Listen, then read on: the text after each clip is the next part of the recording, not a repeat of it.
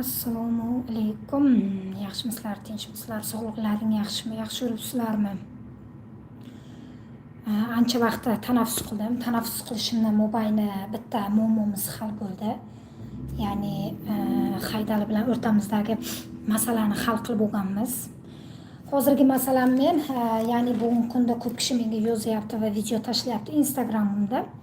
Bugungi kunda Surxondaryo viloyati mana shu 12 ta tuman bo'lsa, o'sha 12 ta tumanda bugun polni radarlarini boshqarayotgan bugungi kunda sir emas, Ulug'bek Qosimov bo'ladi.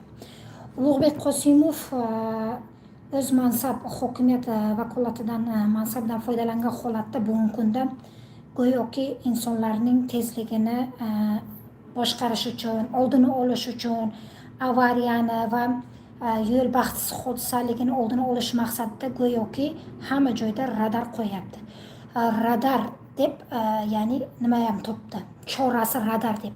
Lekin afsuski bugungi kunda radar qo'yishdan oldin 500-250 metr masofada ogohlantirish belgisi bo'lishi kerak. Ya'ni radarning rasmi va u radar nima uchun qo'yilgan? Tezlik uchunmi yoki svetofor qizil chirog'i uchun qo'yilganmi? Обязательно o'sha narsa yo'l belgilarida bo'lishi kerak. Lekin afsuski bugungi kunda Ulug'bek Qosimov hokimiyat vakolatidan suiiste'mol qilgan holatda, mansabidan vakolat suiiste'mol qilgan holatda o'z jinoiy daromadini mana shunday qilib legallashtirib kelyapti. To'g'ri aytishingiz mumkin, tadbirkorga bergan, bunga bergan deyishingiz mumkin, lekin qaysi qonunlar asosida? O'sha tadbirkor niqobi ostida balkim o'zinikidir. O'ziniki deyishgan 100% aminman. Chunki radardan tushgan tushum hamisha ikkiga bo'linadi. Tadbirkorga tushsa yo 20% ni beradi, yo 10% qolgani Ulug'bek Qosimovniki. Sir emas, bugungi kunda o'ziga qarindoshchilik, nepotizm deyiladi-ku, nepotizmga urg'u bersak, o'z yaqin qarindoshlarini olib kelib bugungi kunda ularga zapravka ochib beryapti, restoranlar ochib beryapti va mana shunaqangi radarlarni mansabidan foydalangan holatda jinoiy daromadini legallashtiryapti. Agar Ulug'bek Qosimov haqiqatan ham agar xalq manfaatini o'ylaganda edi, avariyalarni chora-tadbirini oldini olganda edi, hech qachon radar emas, yo'l qoidalarini birinchi bo'lib qo'yar edi. Insonni hushyorlikka chaqirish uchun, avariyani oldini olish uchun insonlar uydan qo'rqib chiqishi emas, yo'l belgilarini ko'ribgina o'z hushyorligini oshiradilar. Ya'ni bu mana shu ko'chada mana shu tezlik va mana bu yerda esa burilish mumkin emas. Bugungi kunda yo'l qoida znaklar bo'lmaganligi oqibatdan bizdan yana jinoyatchi va huquqbuzar qilib ko'rsatayotgan bu Ulug'bek Qosimov bo'ladi. Chunki hech qanaqangi yo'l qoida znaklar qo'ymasdan turib bizga qonunni amal qilishni so'rayapti. Bu yerda bitta maqsad bo'ladi. Maqsad yanada daromadini oshirish mansabidan foydalangan holatda va bu orqali mansabini suiiste'mol qilgan holatda mana shunaqangi noqonuniy radarlarga ruxsat beradi va o'ziniki bo'ladi bu. Yo bir go'yoki bir tadbirkor nomida yo jiyaniki tegishli bo'ladi. Buni maqsadi hech qachon Surxondaryoni obod qilish yo Surxondaryoni prezidentimizda chin yurakdan vakili bo'lib ishonchini oqlayotgan bu shaxs emas. Bu o'z manfaati uchun kelayotgan, Surxondaryo xalqini bugungi kunda talayotgan, mansabidan foydalanib prezident qarorlarini rukash qilib go'yoki tadbirkorlikni rivojlantirish deb qo'shtirnoq ichida o'z maqsad qilgan jinoiy daromadini legallashtirish, maqsadini oshirish bu. Bu uchun mana shu jinoyatlarni sodir etish uchun, insonlarni talon-taroj qilish uchun bunga mansab vakolatini suiiste'mol qilish mansab kerak. Shu mansab orqali bu xohlagan ishini qilyapti.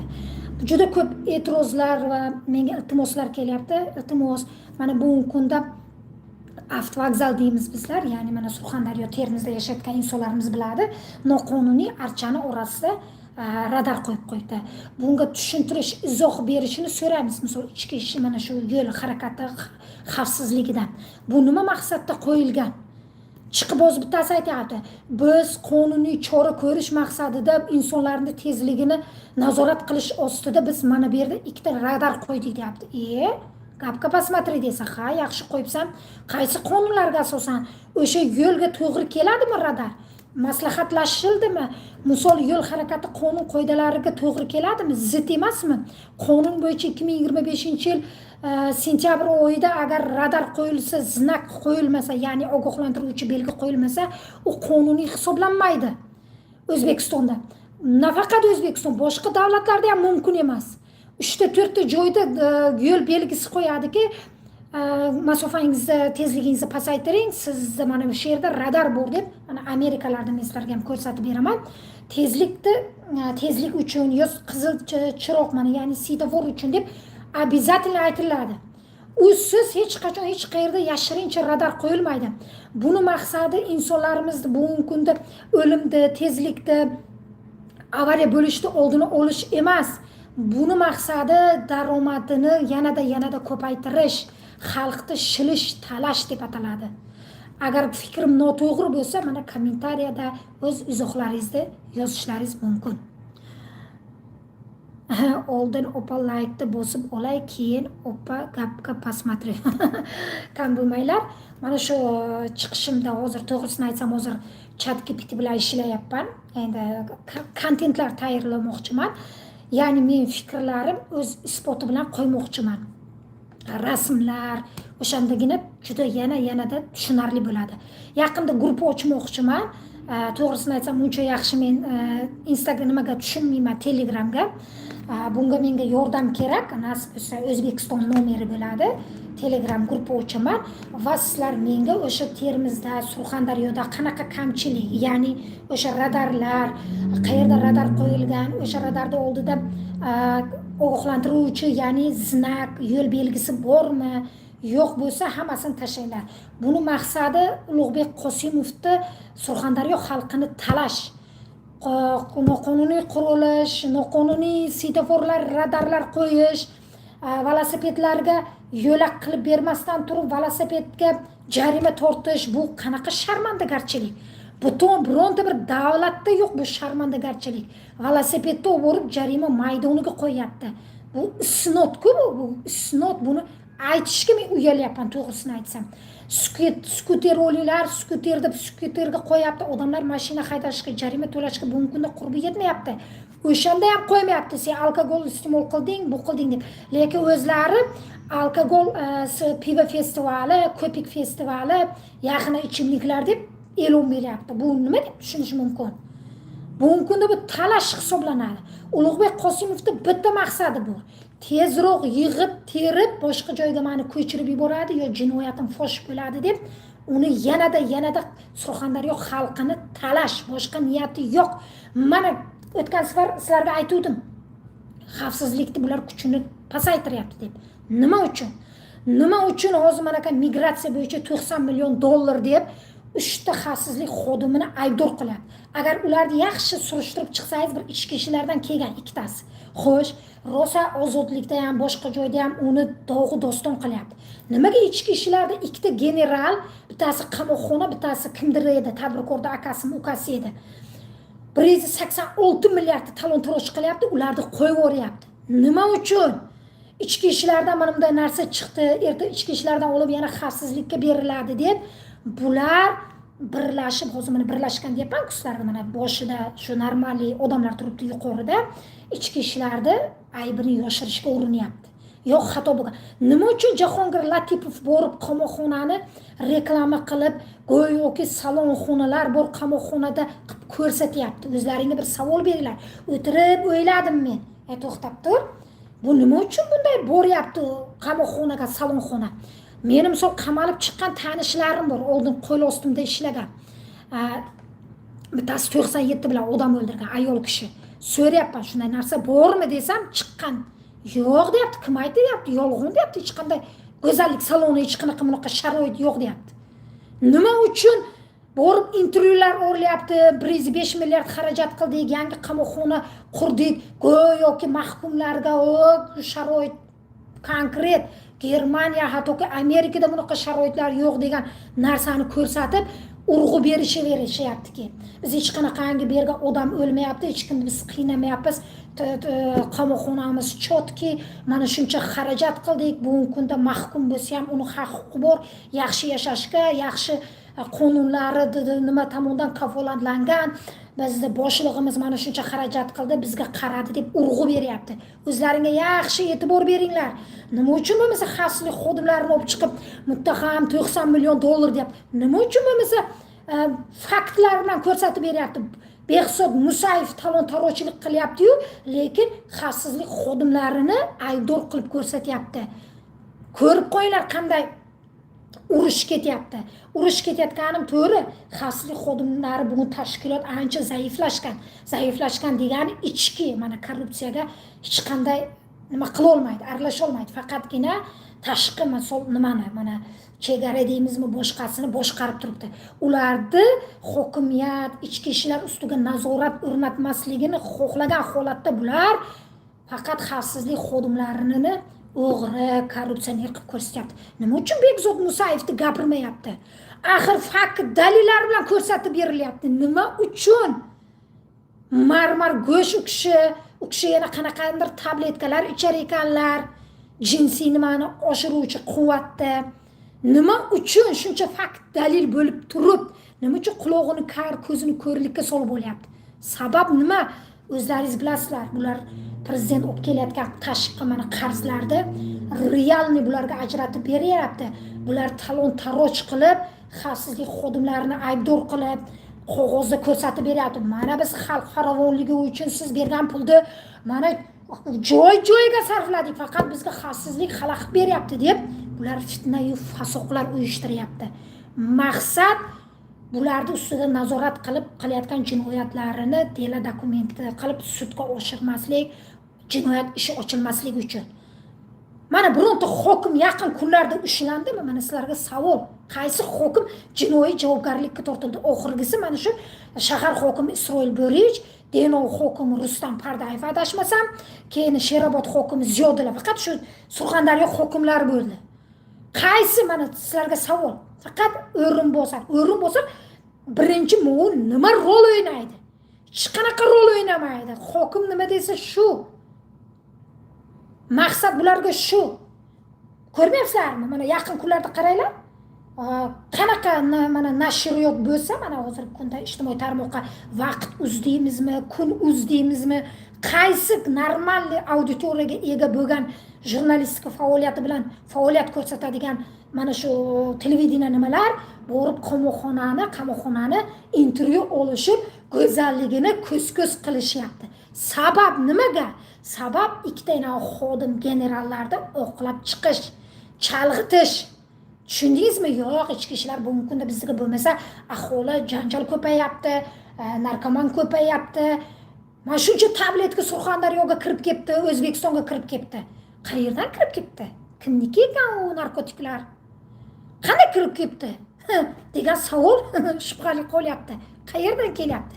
Zakladchiklar deyapti. Bugungi kunda bilamiz, nechta tergovchi, nechta oper movni ko'tarish uchun, ishga kirish uchun soxta ishlar ochishga ular juda ustaligini. Ayrim begunoh insonlarimiz to'g'ri, pulga qiziqadi, nechtasi bilib, nechtasi bilmaydi. To'g'ri, bu kechirilmasligi kerak. Albatta jinoyat oldida javob berish kerak. Men hech qaysini oqlashga yo uni kechirishga tavsiya qilmayman. Lekin begunoh qancha insonlar qamalib yotibdi. Maqsad men to'g'risi kechdan oldin o'zi efir qilmoqchi edim. Ayrim sabablarga ko'ra o'zimni ishlarim, shu boshqa narsalarim bilan yurganligim sababli efir qila olmay turdim. Diqqatlarimizni chalg'itmaymiz. Ko'p kishi yozibdi, uzr, ming bor. Assalomu alaykum. Va alaykum salom. Xo'sh, молодец, rahmat. Bitta odam muammosini hal qila olmaysan. Men qaysi odamni muammosini hal qilaman deb chiqyapman? Kalang bormi seni? Men o'zimni muammom bilan chiqyapman. Agar birovni muammosini hal qilaman demayman, yoritishim mumkin, lekin tekinga emas, pulga yoritaman albatta. Pulni albatta e'lon qilaman. Qancha olishim bo'yicha hali o'shanaqa narsa ham ochish niyatim bor, rahmat senga. Men muammoni hal qiladigan tashkilot emasman, ichki ishlar hal qilsin, hokimiyat hal qilsin. Xo'sh, kattalarni ishiga aralashmang. Ulug'bek Qosimov Termizda rosa chiroyli qilib jannatga aylantirdilar, opa. Sitora Ramazonova, ha, jannatga aylantiribdi. Qayerda aylantiribdi? Qaysi joyda aylantiribdi? budjetdanmi, subsidiya shotdanmi, yana subshotdanmi, qayerdan? Shunisini bir aytib bering. O'sha chiroyli qayerda chiroyli qilib, qanday obod qilibdi, yo'l infratuzilmasinimi, insonlar yaxshi yashash uchun bunda qulaylik yaratib berganmi, nima qilib bergan, shunga bir tushuntirish bering. Pullar qayerdan kelibdi? O'sha pullarni bir hisobotini bersa, shu yo'l bo'yicha 1 kilometr Surxondaryoni yo'li uchun qanchadan ajratdilar, asfaltni kilosini qanchadan oldilar, o'sha kubini bir shunga ham ayting, o'ting. Bugungi kunda bitta bekat $2000 ham bitmi, başta $1,500 bitadigan bekatni $20,000 hisobotda yozayotgan hokimlarni ko'ryapmiz. Shularni aytyapsizmi menga asalim? Yaxshi aytingda, siz nima obod qilyapti? Ulug'bek Qosimov kim? Amir O'g'ilxonning nevarasimi? Bir boylik bilan keluvdilarmi? Sandiq boyliklar bilan o'z hisoblaridan. Qanday bo'lyapti shuni ayting. Kambag'allikni qancha qisqartirdilar? Qayerda obod qildilar?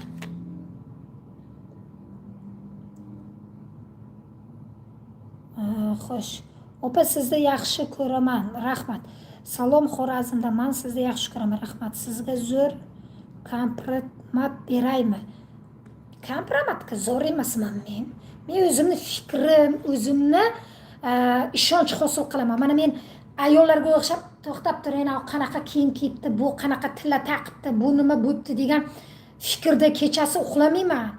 Men bo'layotgan bugungi kunda korrupsionerlarni qanday xatti-harakat, o'zim o'tirib, o'ylab, videolarni bir-biriga solishtirib, taxmin qilib, izlanib, nima uchun bu sabab qilinyapti, bu nimaga qilinyapti deb aqlimni shunga ishlataman. Bo'lar bo'lmas g'iybat, ig'vo, fitna, fasoq aralashtirmayman. Sho'rchidan salom opa, gap yo'q, rahmat. Fazal opa, qarimaysiz, ko'z tegmasin. Nimaga chiroylisiz? Fazilxon, sog' salomatmisiz? Rahmat. Bir oy oldin ko'rgandim, sizni ko'rgandim Amerikada. Yodingizdami yoki u boshqa opami? Tushunmadim. Kimsiz? Qayerda ko'rdingiz meni? Haqni aytdingiz, omon bo'ling. Rahmat. Fazilat Xor, rahmat. Munisa Fayzullayev. Men sizni muxlisizman, gap yo'q sizga. Rahmat. Opa, sizga gap yo'q, qo'rqmasdan gapirasiz. Bu haqiqatni gapiryapman. Agar yolg'on bo'lsa, mana aytishlaringiz mumkin. Xalqning pulini talon-taroj qilishdan boshqa ishlari yo'q. Surxondaryoning hokimchalari ular faqat cho'ntak planini to'ldirib qochadi. Hali ham Karimov davrida. Yo'q, Karimov davrida unchalik emas edi. Xavfsizlik bitta Nodir To'raqulovni o'zi o'tirg'izib turg'izar edi hammasini.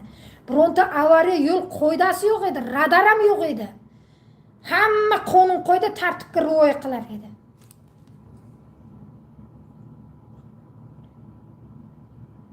Xo'sh. Chorni qilamiz. Moskva.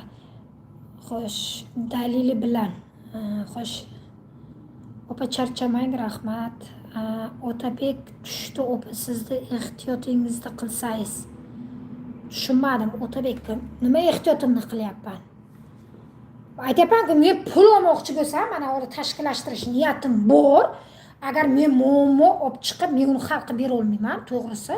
Yoritib bering, chiqish qilib bering desa, to'g'ri. Agar jiddiy masala bo'lsa, e'tibor berilmasa, elchixonaning oldiga chiqish qilaman. Lekin normal, men misol pulimni olaman, bepul qilmayman. Kim aytdi meni bepul qiladi deb? Assalomu alaykum, hammaga Fazil, yaxshimisiz? O'zingiz juda chiroylisiz, rahmat. Gap yo'q, bosing Fazilat, to'xtamang. Muzaffar, tabiiysiz. Muzaffar tanmadim. Shevangiz bir xil ekan, Amerikada yurgan opa bilan. Yo'q, men ham Amerikadaman, hozirgi kunda Filadelfiyadaman, o'zim Nyu-Yorkda istiqomat qilaman. Endi nima desam ekan, trolchalar ham keldi. Jo'natib turaymi opa, efir qilmay turishingiz uchun 100 ming so'm jo'natib turaymi? Qo'pol bo'lsa 100 mingingga bor-ku. Bitta joyimda ham artmayman. Pul ko'rmagan bo'lsang, men senga pul beray. 100 ming puling bilan maqtanyapsan, gadoy. Xo'sh, oilaviy bog'chalar faoliyatini qiyin qilishdi. Fikringiz qanaqa? Yo'q, u mayda-chuyda ishlar, u bog'chani qo'ying, katta korrupsioner o'g'irlar o'tiribdi mana bu yerga. opa nega buncha jon kuydirasiz, kam bo'lmang.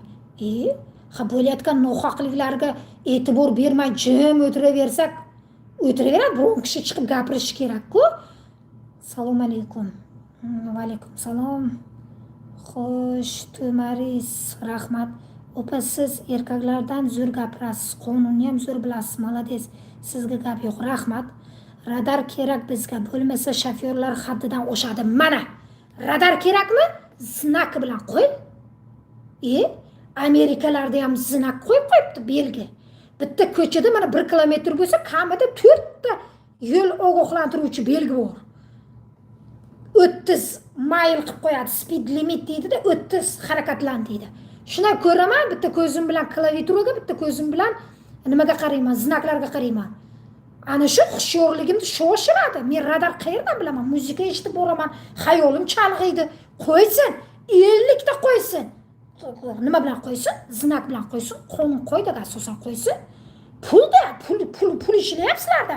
Bir kunga 1,5 milliard bitta avtobus pul berar ekan. Opa, sog'ligingiz yaxshi bo'lib qoldimi? Ishni boshladingizmi? Allohga shukr, ish boshlaganman. Fazilat Xoramonda nashav omad ko'r, rahmat. Salom. Demak, o'sha opasiz mashinada efir qilgandingiz. Bilmadim. Endi efir hamma joyda qilib yuraman, istoriya ham olaman, boshqa narsa ham qilaman. Endi u qalam kompyuter emas.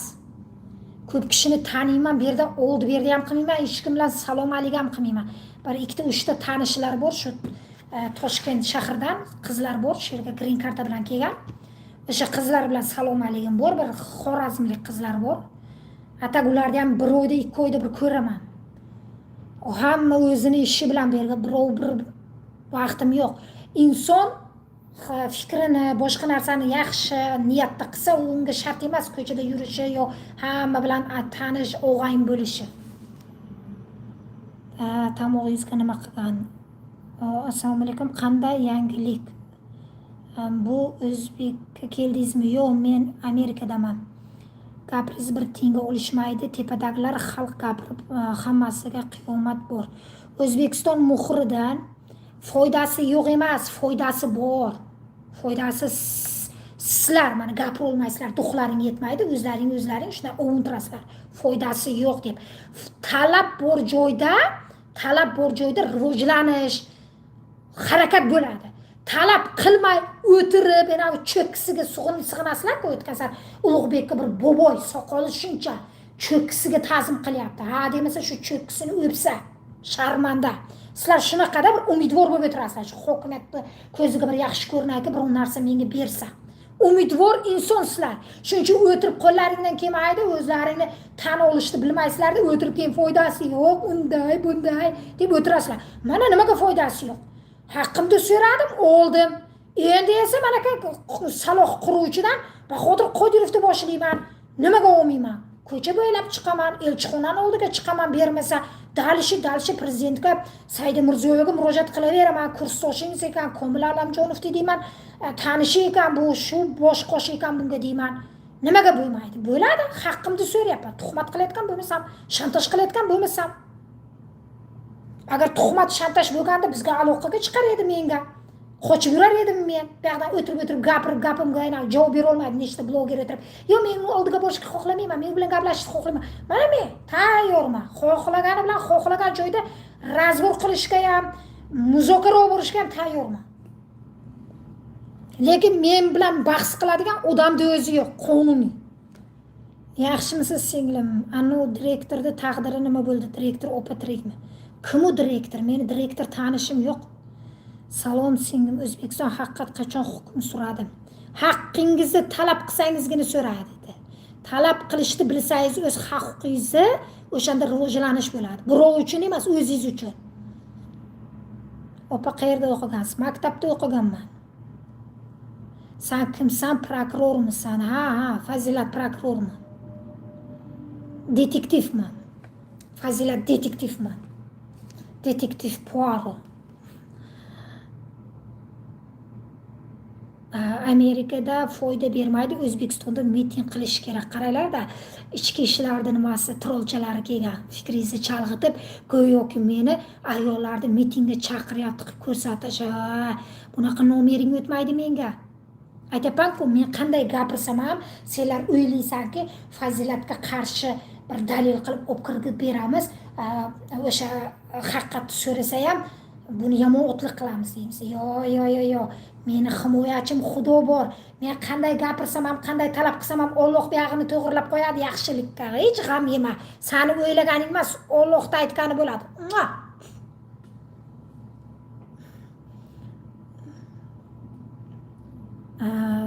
Salom, qalaysiz? Nima bo'lyapti? Bu yerda nimani muammo qilyapsiz?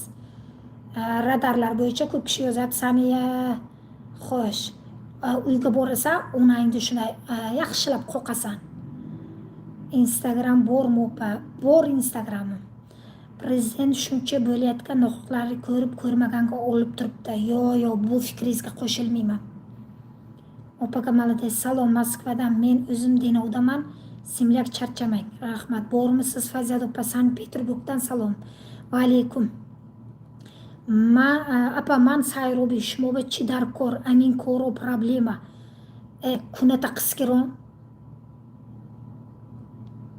Gamzda natoni moyo bate davraini moyo. Твоя каз бромада гамзан гусайм. Yo meni kafilam mi tu?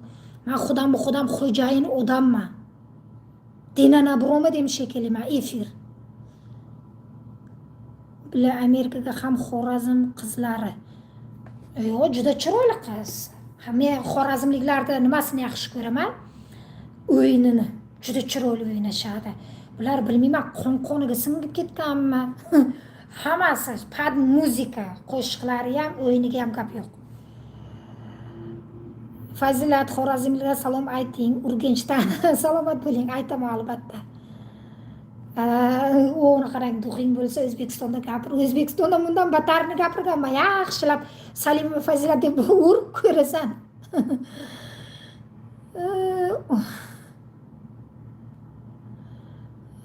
Xo'sh.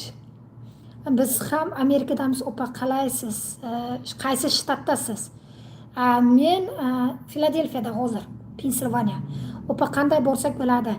Sentyabrda green card o'yin bo'ladi, green card o'ynanglar. Prezident shuncha bo'layotgan. Xo'sh, buni o'qidik. Rustam ayol kishiga shunday degani. Endi bular trollchalar. Bu kishi gilam ekanmi, yo'q, qilsa chang chiqadigan xulqni go'zal odamdan suhbati ham go'zal bo'ladi. Dinglar, xo'sh. Opa, siz ham ehtiyot bo'ling.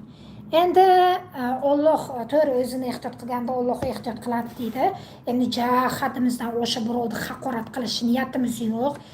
Haqorat qilishimiz mumkin. Endi urush janjal bo'ladi. Endi o'zimizdan misol so'kishlar chiqadi, chiqmaydi emas.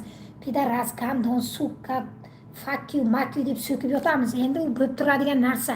Lekin ijtimoiy tarmoqqa olib chiqib uni birovni haqorat qilishga biz haqqimiz yo'q, to'g'risini aytsam. To'g'ri, endi poraxo'r deyapman.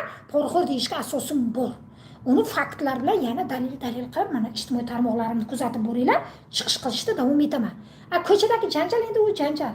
Uni efirga olib chiqib yurmayman, endi kunlik so'kishlar bor. Salom. Menga yoqib qoldingiz, qaydasi boraman oldingizga javob ayting, iltimos. Men birovni chaqirmayapman shekilli bu yerda efir qilib.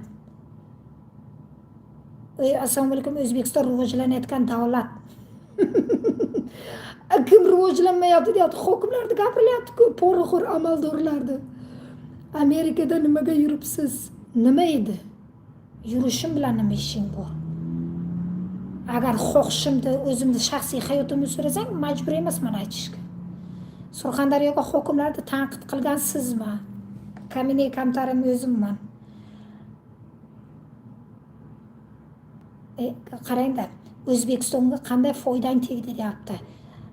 Buni qarangda, men fuqaro bo'lsam, foydam tegib, poraxo'rlarni oldini olib qamoqqa tiqqanimni bilaman, foydam bor.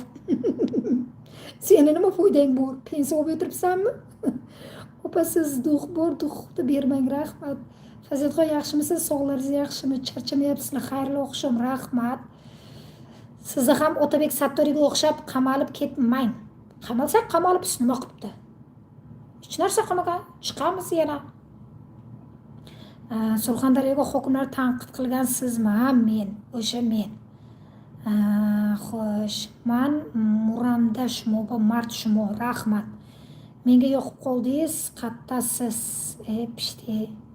Assalomu alaykum, yaxshimisiz Qashqadaryodan? Rahmat. Surxondaryoga hokimi yana shu. Masalani ijtimoiy himoya xodimi ustidan qanday nima? Qayerga chiqsam bo'ladi? Mahalla o'zi kim? Mahallani birov vakolati bormi? Bugun kunda hamma shahar, viloyat hokimi egallab olgan bir antiqa ajoyib odam sizda bir savol berasiz.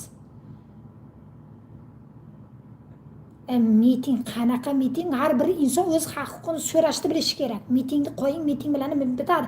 Mitingga to'g'ri hokimni chiqib haqlaringni so'rasalaring bo'ladi, bir 5-6 kishi. Trollar keldi, to'g'ri trollar bosdi. Kechasi uxlasin degandim bularni, yo'q, bular 24 soat onlayn bo'lib turadi. İnsanlarni chalg'itish.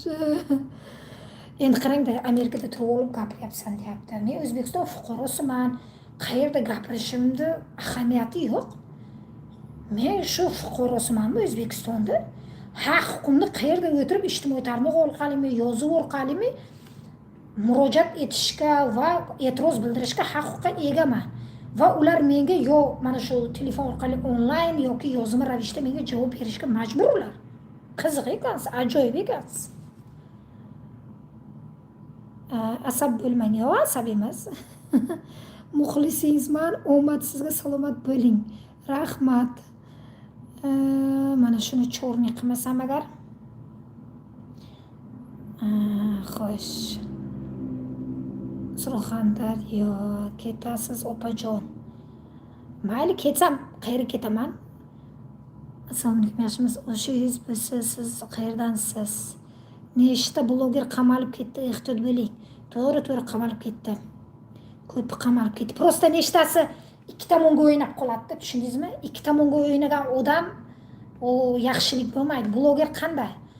Insonni vijdoni o'ziga bo'lishi kerak-da, vijdon erkinligi. Ya'ni vijdoningizga qarshi chiqib, birovni ko'ziga yaxshi ko'rinaman degan maqsad bo'lmasligi kerak.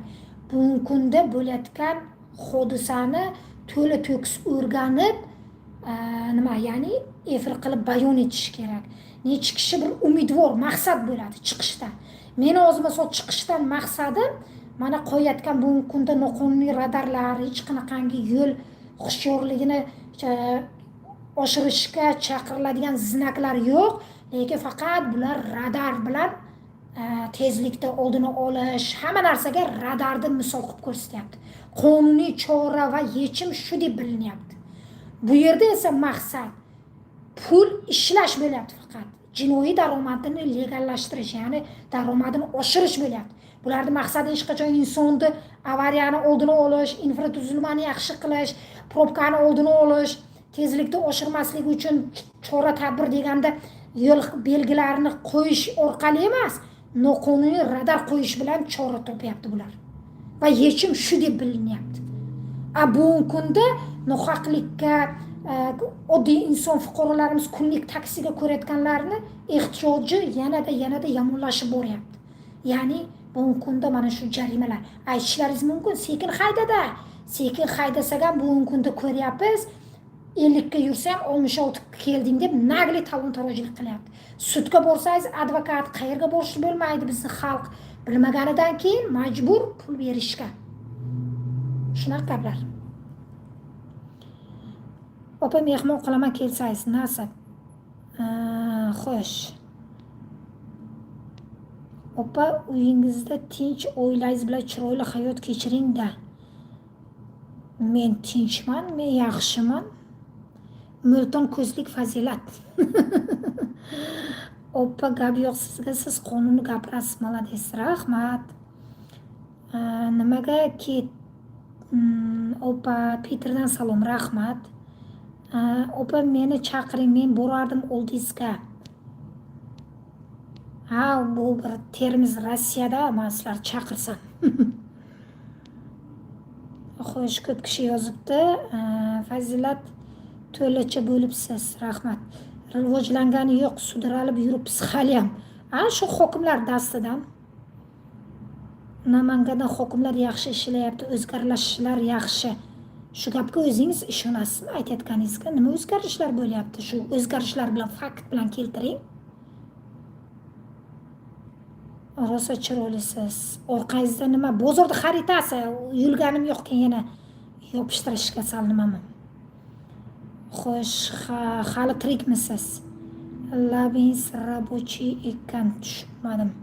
Ochilib ketibsiz, rahmat. Siz doim haqiqatni gapirasiz. Men faxrlanaman sizdan, singlim Omad. Rahmat. Xo'sh.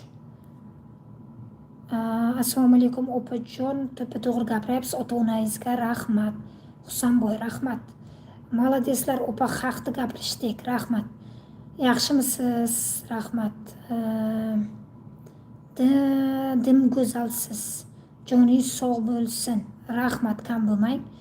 Juda go'zal ayolsiz. O'zbekiston faqat rahbarlar rivojlanyapti, xodim xalq esa eski tag'ori, eski hammom. Elda mana O'zbekistonda ahvoli. Hokimlarga berilgani juda noto'g'ri ish bo'ldi. Ularda tajriba qilinyapti, tajribada esa ular ketgisi kelmayapti, boshqara olmayapti. Ularda ko'zi, vijdonini, nafsi egallab olgan, hech qanaqangi bir xalqni manfaati uchun harakat qilishmayapti. Buni xalq manfaati uchun ishlayotganday qilib ko'rsatayotgan, buni birlashib, buni go'yoki super qahramonga chiqarishayotgan ichki ishlar, soliq, prokuratura bo'lyapti. Tushundilaringizmi? Eslaringizda chiqarmanglar. Bugungi kunda mana prokuratura, oddiy misol Erkin Alimov, vishi poraxo'r, vishi eng oliy darajali. Davlat xavfsizlik xizmati misol hokimlar ustidan dela qiladigan misol shu tashkilot bo'ladi. Necha milliard kamomad pora olish, suiiste'mol qilish bilan qamoqqa olgan edi. O'zini o'lganlikka solib 8 ta xotinning tepasiga qarovlik qilib, shaxsiy klinikalarda yotib, ichkariga kirgandan keyin qandaydir tanishlari bilan chiqib ketdi. Prokuratura oqlab berdi buni. Go'yoki o'lib qolyapti, tirilib qolyapti. Uni basharasini qarang. Begumotda qurbaqaday semirib ketgan. Semirib o'tiribdi mahallani mujno qilib, mana bu yerlar yo'q, bu o'ladigan odam edi, kasal edi. Necha milliard pulni yeb mahallani boshlig'i bo'lib o'tiribdi bu viloyatlar aro. Bu bir o'ylab ko'ringlar. Qonun yo'qligidan, xavfsizlikni kuchi ketganligidan, prokuratura egallaganligidan, hamma narsaga o'zi jinoyat ishi ochib qamoqqa olib kiradigan prokuraturaga vakolat berilganidan dalolat deb bilaman men. Normali haqqini olgan deb bilaman. Qanday jinoyatchi farishta bo'lib qolyapti-da, yana mahalla boshlig'i bo'lib qolyapti. Siz bir o'ylab ko'ringlar, aqlga sig'maydi. Hech qanaqangi bir davlatda bunday narsa yo'q. Bu shunchalar nima ekanki, bu prezident xabari yo'q deb bilaman. Bu nima uchun Ulug'bek Qosimov yon atrofida mana shunaqangi korrupsionerlar, vishi poraxo'rlarni oldiga olyapti. Erta bir narsa bo'lsa ham ularda aybini bo'yniga oladigan odamlar tayyor. Ular o'z ishini ustasi, ya'ni ustasi firibgarlar deydi-ku. Firibgarlar ustasi ular.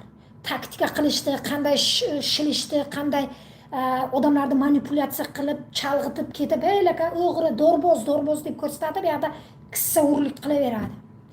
O'sha dorbozni o'ynatayotganlar boshqalar deydi-ku, mana shular bo'ladi-da o'zi aslida. 38 minut gaplashibmiz. O'zingiz ehtiyot qilinglar. Efir qilib qo'yay degandim. Nasib bo'lsa videolar tayyorlashga harakat qilaman. Kontentlar qo'yishni boshlayman. Endi men doim bilasizlar, faqat promo efirlar orqali sizlar bilan gaplashaman va zavq olaman, chunki efirda menga ishtiyoq nima keladi, videoda unchalik emas. Yani nasib bo'lsa, nima desam ekan, ma'rifatli kontentlar tayyorlaymiz. Nasib bo'lsa, Ulug'bek Qosimovda poraxo'rligini, bugungi kunda Surxondaryoni talayotganligini fakt dalillari bilan isbotlab boramiz va o'sha joyda mening yerlarimda ham o'zingiz ehtiyot qilinglar, yaxshi yotib turinglar.